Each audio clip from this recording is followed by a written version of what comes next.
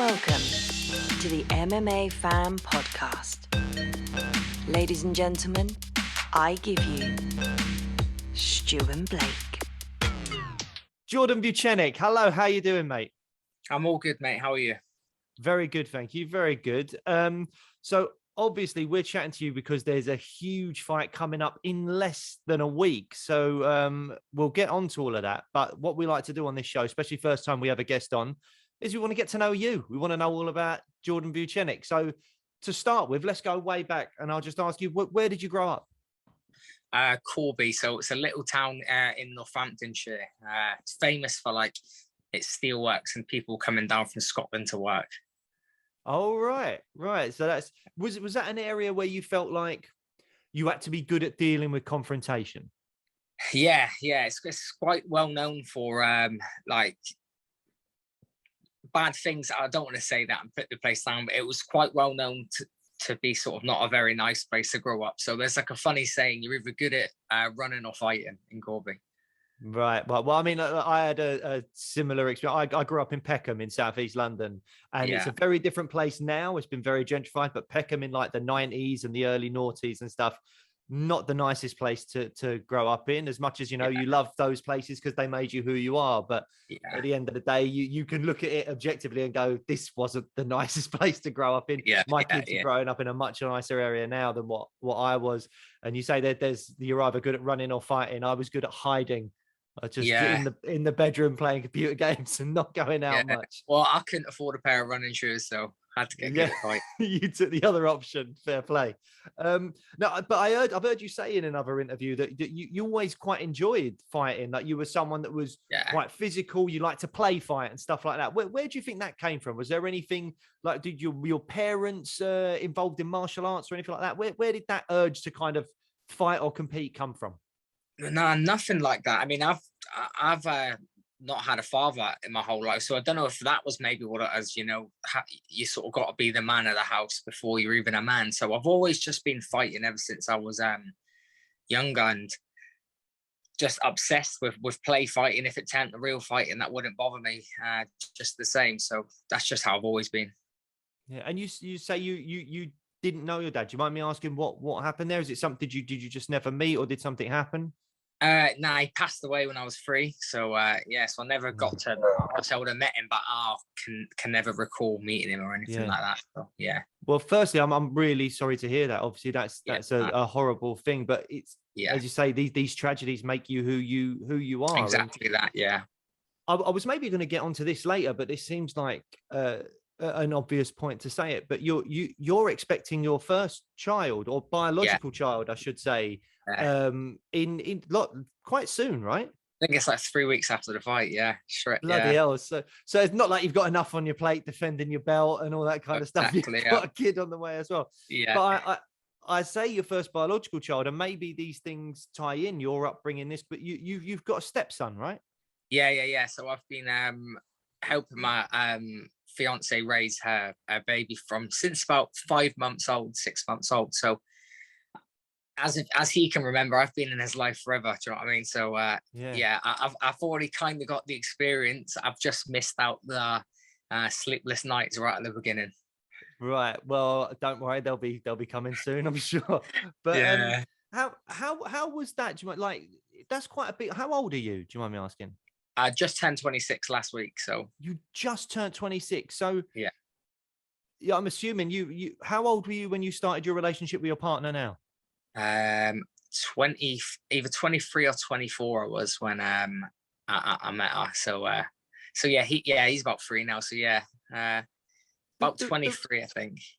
But the reason I ask is that for a young man, that's quite a lot to take on. That's a hell of a lot of responsibility. Can I ask, kind of, was that in any way daunting? Do you feel like you stepping up to the plate for someone like that could have been in any way related to the fact that you unfortunately did lose your dad at an early age? Yeah, I think, like I said, I had to grow up sort of quicker than everybody else did. So it wasn't a big thing for me, getting with my girlfriend when she did have a young son. I just sort of took it step by step and took it day by day. And obviously I was with her for a little while before she even let me meet her little one. Yeah. And yeah, I don't know.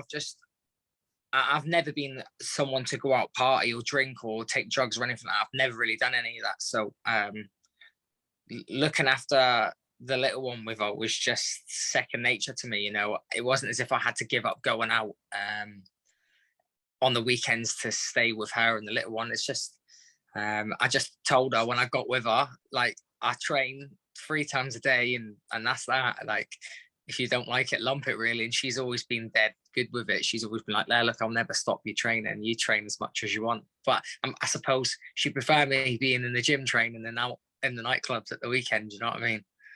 Well, that's it, yeah, and that's a brilliant thing. But I think that's a wonderful thing. It was such a young age to step up and be there for a baby like that. I think that's an incredible thing. So well done, mate. And I suppose let's get back onto all the fight based stuff. Your nickname is the Epidemic. Yeah. Have you thought about changing that over the last couple of years? Well, listen, maybe when I go to the UFC, I'll change it to the Pandemic, because then I'll be worldwide. Oh God.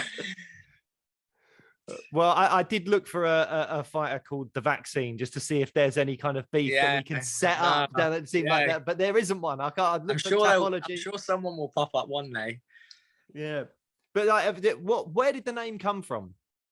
So when I was in my sort of early amateur career, I was always I wasn't a big ticket seller or anything, so they would bring me in to fight sort of the big ticket sellers on these shows, and obviously they'd want me to come in and lose. But I kept coming in and kept beating all the top guys. And one of the commentators just said it to me one day. He just said, "You're an epidemic, you are." Do you know what I mean? You come in these shows and kill everyone off, because obviously all these top undefeated guys, I was coming in beating them, and people thinking, who the fuck is this guy? And then it just kept ever since that. That always sounds good when someone's given you your nickname because of the work you've done in the cage. That always seems like it fits better, doesn't it? Yeah, exactly that. At least it wasn't something crazy that I'd be thinking, oh, what a shit name. I mean, the Epidemic was quite cool back then. And then when COVID came, I had a lot of people say, oh, have you just called yourself the Epidemic because of the pandemic? And I was thinking, oh, fucking hell. Yeah, I think you're going to get quite a few bad jokes and comments about that for the next 2 years, I'm afraid. So if you're going to stick with it, you got to lump those, I think. Yeah, exactly. And obviously one of the best things about it is Epidemic, Vucenic, sort of rhymes. I mean, where does the name Vucenic come from? I've not heard that name before. Yugoslavian. So my dad was Yugoslavian. So I think it's sort of based in Serbia. That's where the name the Vucenic at the end. So I do have a lot of Serbian people messaging me in Serbian asking me the question, but I ain't got a Scooby-Doo what they're writing. So I just all the messages.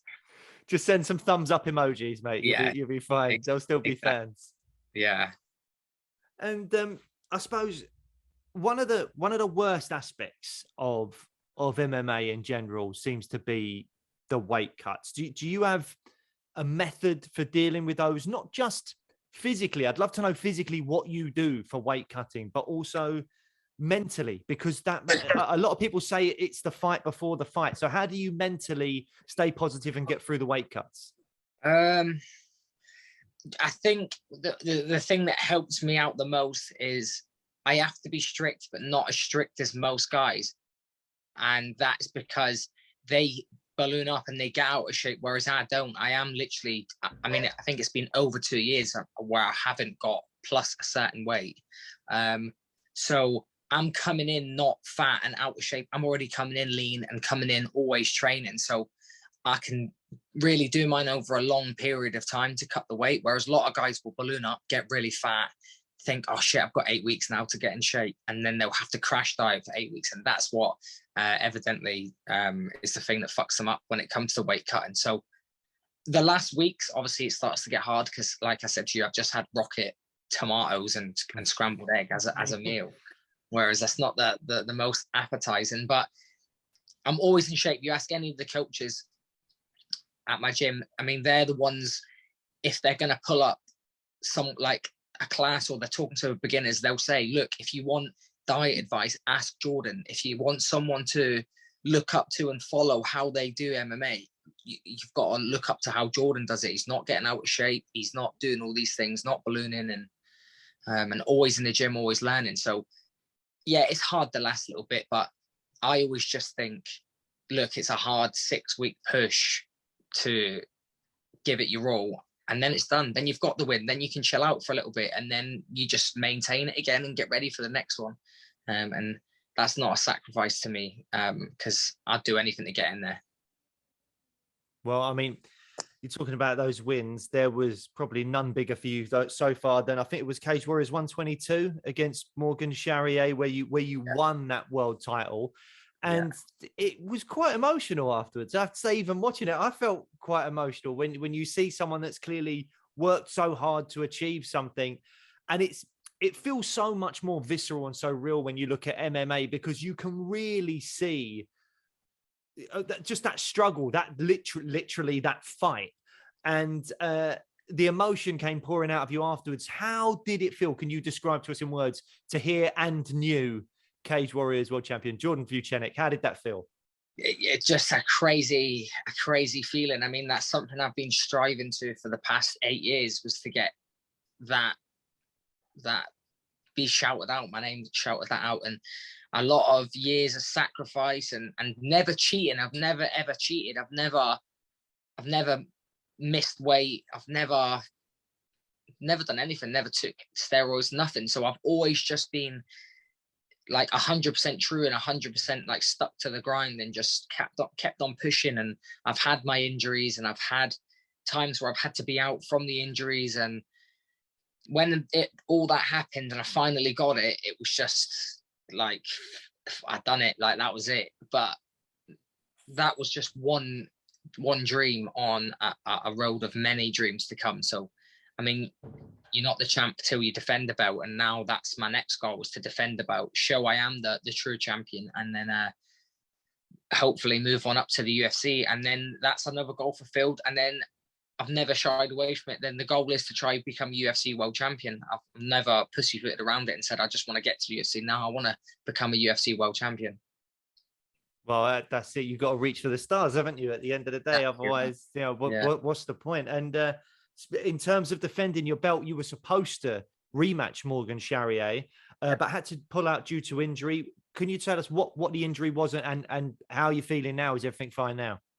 Yeah, so about 3 weeks before the Charrier fight, I really badly hurt my thumb, and I just thought, oh, look, I'm going to go to the doctors and get it checked because of how bad it swelled up. And I detached my thumb. I had a Bennett's fracture in my thumb, so it's the base of the thumb had detached where I'd broke it and detached it. So what? And you were just going to like carry on, like how does the base of the thumb detaches? I have to pause it there because I'm like, that sounds fucking mental. Did you not notice immediately? Hang on a minute, my thumb's sort of flopping around a bit. Yeah, I knew something didn't feel right, but I just thought, I don't know, because it was sore for a split second, and then it wasn't sore. So I thought to myself, oh, that can't be too bad because it's not sore anymore. It's just swollen. Maybe I've just stretched a ligament or something, and that's what's blew it up. And I had my girlfriend with me, and I was laughing to her. She was going, oh, it's just so close to your fight. I was like, I'll be all right, don't worry. And said, it's definitely not broke. And then come back in from the x-ray, the doctor says, yep, you've detached your thumb. That's why you can't feel it, because you've detached it. And I was like, oh, for fuck's sake. So I had to phone up, say it. And I had to send all the doctor's records and stuff like that to Cage Warriors because it was so close to the fight. I mean, a lot of fighters bottles go, so they probably thought, oh, hang on here. So I had to sort of send them all the notes, all the x-rays, and it was just annoying because, again, I felt like I was getting to a new level before that fight. I really felt that I was going to go out and make a big statement against Charrier the second time. So then that was it's been a year since I fought again, and that was nursing the thumb. But this is the thing that people don't do, is I still did not get out of shape once. I was still in the gym every day. I was still doing everything I could do other than use the thumb. And a lot of people would have used that as an excuse to be like, right, I'm going to eat what I want. I'm going to get out of shape. I'm going to do this, do that. Whereas I didn't. I was in the gym watching every day, shadow boxing, putting no impact on my body, and just having a reset and having almost like a pencil, the more and more you use a pencil, the blunter and blunter it gets. Sometimes you need to stop, sharpen the pencil, and then you can go again. I think that's how I feel. That's what the broken thumb did for me. Well, I mean, you've obviously been able to take care of yourself physically, but what's the mental side of that? like? Because, you know, we actually spoke to Paddy Pimblett a long time ago, and he's obviously had hand injuries and stuff like that. And we were speaking to him about, you know, this is a job that you love to do. You, as you said, you're 3 weeks out from your first title defense. The come down from training to then having that opportunity taken away from you must have been quite drastic. So what's it like mentally, kind of not being able to do that thing that you love to do for, as you say, that basically an entire year? How has that been? How frustrating has that been? Yeah, it is hard because you put so much into it, and you're so close. And again, you've been dieting all that time and everything. But I'm just so mentally strong that if it's not meant to be, it's not meant to be. And I've not always been like that. I mean, in the first, I went 14-0 with my first fights, and then I lost. And then when I lost, I remember I had sort of like a recognition where I thought, it's not the end. When you lose, it's not the end. If you lose, you use that to grow. It's like the cliche thing. It's not a loss, it's a lesson learned or whatever. And when I had that first loss and I realized, you know what, it's not the end of the world if I lose a fight, that just made me 10 times better. And I still have that to this day. Look, I'll do anything to win. I'll put my life on the line to win. But if I lose, look, I lose. And that will have put the holes in my game that I need to be the best I can be. That will show where I'm going wrong, and I'll just use that to rebuild and come back better than ever again. So when the fight got pulled out against Sharia, I tried not to dwell on it too long. I thought, look, there's nothing in my hands. I've been in fights before where I've thought I've broke my hands before, but it's never been diagnosed. But I think a thumb is different. Before I fought the Steve Aimble fight, I had a really bad hand where I couldn't even punch pads in the warm-up before the fight, because if I hit pads, it would just kill my hand so bad. So I've gone into fights like that, but a thumb is just different. You know, you can't, in MMA, there's a lot of grab and twisting. If he put a rear naked choke on, I wouldn't have been able to grab his hand and pull it out, because I wouldn't have had a thumb to use. So, yeah, I just took that as like the loss. Like, oh, fuck's sake, right, look, blah, blah, blah. That weren't meant to be. I mean, and I thought I was going to rematch him again. And obviously Paul Hughes come in and beat him. And then now I've got to do it with Paul Hughes. And I think it's the better fight for me and for the fans. So I'm just excited to go for this one, and I'm injury free, and there's no more hard training, so there's no chance of any injuries. So I'm blessed on that part.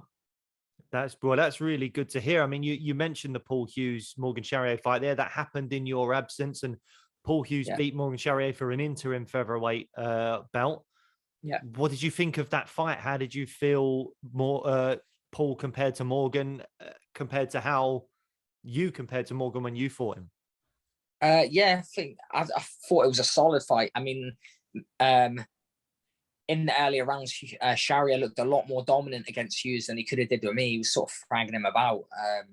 In the exchanges of strength and wrestling, grappling, Sharia was sort of winning every time, and that was pretty surprising, because I would think Hughes would have been physical as well. But you know, again, when I was out with the broke from, I was training all that time through that. So when that fight happened, I was in shape then, ready to go. So I said, look, yeah, let's get it on. I mean, they fought in whatever. I said, look, let's go December. I'll fight Paul Hughes in December. And it was Paul Hughes that wanted the rest. It was him that wanted to wait all the way till March. I was ready to go back in December. I was close to weight. I was training hard. He could have just come straight off of that camp with Sharia and got straight back into another one and got in with me, but he didn't. And that sends a bit of a message. Yeah, okay, he needs the rest, but I was there ready to go. So if he wanted it as bad as he says he wants it, I was there ready to go in December for him. But his choice, I had to wait all the way till March. And you know, I think if he would have took that fight in December, I would have beat him then, and I'd have been in the UFC by now. But we're a couple of months behind, and I'm just gonna fulfill that all again and just do it again. And of course, you've already got a win over Paul Hughes. Yeah. And in that first fight, there was a lot. It's quite fun to watch. Just before the bell rings to that first round, you're talking to each other a little bit, and I think you're asking him in not the most polite fashion if he was ready for what was coming. Yeah.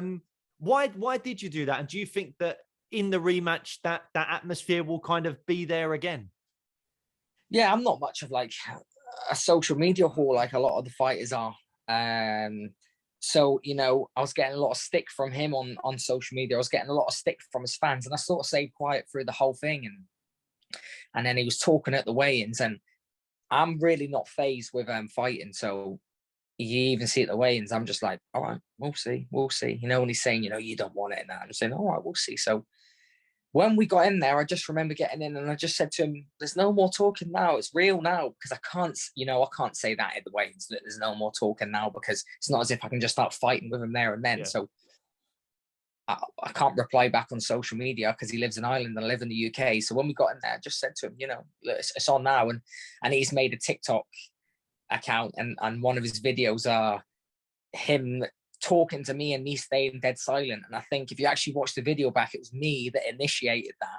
I'm the one that got on there. He was standing silent, and I'm the one that said to him, yeah, look, it's not talk now. Do you know what I mean? I said to him, Instagram can't save you anymore. It's real now. And then that's when he said yeah, I'll do the talking now. And then I just said, yeah, all right. So, yeah. Will that atmosphere that might flare up again? Nah, I don't think so. You know, I really, I said it on an interview previously, a happy fight is a dangerous fighter. And look, it's a year I've been out. I've come through injuries. I'm happy to get back in there. And I actually like him. So it's going to be like a big brother, little brother thing. I think when I beat him up, I'm going to be laughing with him after. And that's just how I see the fight. Yeah, there does actually seem to be kind of, as you say, that a respect between you. And there's obviously a rivalry. You've both got something the other one wants, and a win over the other one will probably lead to a UFC opportunity. But there also seems to be a lot of respect there as well. And almost like, as you say, a sort of brotherly thing of that competitive rivalry with the respect thrown in as well. Yeah. Like I said, big brother, little brother. And I know there's that saying, the big brother's got to get whooped one day, but this ain't that day. So, yeah, I'm going to go in there and show him who's the big brother. That's how it's going to be. Yeah. And don't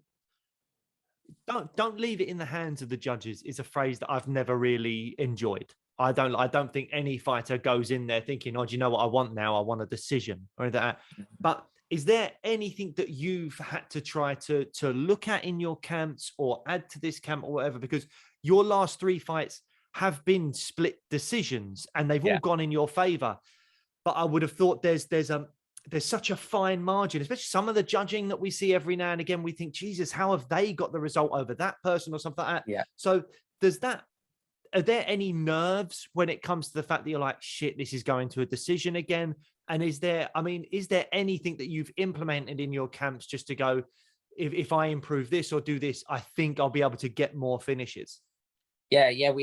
We have actually, we had a big discussion about this, about how it needed to change. And I was almost fighting as if I was fighting my sparring partners. That's how I would sort of recall how it was. So I would be landing the clean shots, and then I'd be taking the pressure off, you know, moving around, letting them almost come back into fights. And we've changed that with the sparring. So rather than sparring A, B, and C every single day, we've been bringing in different guys, you know, and telling them before the spar, look, it's going to be a bit of a hard spar. I'm not bringing guys in, luring them into a false sense of security and then trying to knock them out. I'm bringing them in and saying, look, I've got a big fight and I'm sparring hard. And I've just been bringing in loads of different body types, loads of different guys, big, small, and just going out and sparring with different guys and trying to come away from sparring with the regular sparring partners. If anything, I sparred less for this fight, but what the sparring I have done has been with intention. And I hope that crosses over into the fight, you know, when I land the big shots, this is not my sparring partner. This is someone that I need to come forward and hit them with 10 more big shots. So that's just how it's been now. I've just been bringing guys in and just not being very nice with them, shall I say. But I can see the smile on your face. It seems like you've enjoyed camp and you're really looking forward to this fight. Yeah, well, to me, it's almost been a year camp, you know, with the breaking thumb and the Sharia one, and just so much learning and so much improving. I really do think that it's that it's going to be chalk and cheese this next fight from the last one. I really do. I think the people that have been told by their friends about this crazy fight that's going to happen, I think they're almost going to be after the fight saying, I thought you said it was going to be a war, like, sort of thing. Do you know what I mean? That's how I think it's going to go. I really do feel that I'm just at this completely different level to not just Paul Hughes, to everyone else. And I just can't wait to show it. And vice versa. I've trained for a 5-round fight of complete just craziness. But I really do think that it's going to be, within the early rounds, a stoppage. Right. And you've said in previous interviews you're good at game planning in the moment, thinking on your feet. Best in the world at it. So how much planning goes into your camp then? Or as you say, are you just going, I just need to be the best Jordan Vucenic I can be, and then I'll win the fight? Or is there stuff that's tailor-made to your opponents at times? Yeah, there's always stuff tailor-made. It's a bit of everything. I've got to be the best version of me I can be. But again, that best version of me is tailor-made to this certain fighter. Things will have been rehearsed over and over and over again. And certain shots will be there. Certain takedown defense, certain takedowns will be there. And yeah, it's just, I don't know, just, I've got to be the best version of myself, adapted to beat this certain type of fighter, sort of thing. So I'm just excited to go. I mean, I really do think the version of me now that's going to come into it is going to blow people away. I mean, there's a lot of talk of people sleeping on me. They're about to get woke up. Love it. Love to hear that. I'm loving the one-liners. The other thing is, what's at stake in this fight? And not just is it unifying the belts. You are the featherweight champion at Cage Warriors. Paul Hughes is the interim featherweight champion at Cage Warriors. But this isn't just about unifying that belt, because we all know once you're a Cage Warriors champion, the UFC are sniffing around. They're looking at those champions to take them in. So there could be a UFC contract at stake here as well. How do you see that happening in terms of, like, there are people that go, no, if the UFC want me, they're going to come and pay for me and I'm going straight into the UFC. And other people will get opportunities like either the Contender Series or a short notice replacement. You might go out there and do a brilliant job against Paul Hughes, win that fight, and the UFC say, hey, someone's dropped out of a decent fight in 4 weeks' time. Is Jordan available to sign the contract and come in on 4 weeks' notice? Are you open to short notice contracts with the UFC? Yeah, 100%. Because to me, it's not going to be short notice, because I'm always in the gym and I'm always training. So like I said to you, it's not going to be me fat sitting on the couch, like, oh, putting down my bag of Doritos, shit, the UFC is calling me. It's going to be me in the gym getting the call, ready to go. So yeah, I'll be ready when any opportunity that's good for me after I beat Paul Hughes, anything that's going to progress my career, I'm ready for it. Whether that be, beat Paul Hughes and then a couple of weeks later there's another fight card on Cage Warriors and it's the lightweight title when someone pulls out and they say, look, can you jump back in? Anything like that. Anything that's going to add to my value, I'm ready to jump on and I'm ready to take it. So obviously the fight goes down on March 18th against Paul Hughes to unify the belts, possibly even a UFC contract on the line there. You've already said you think it could be a finish early. Can I get a solid prediction out of you? Is that how you think it's going to go?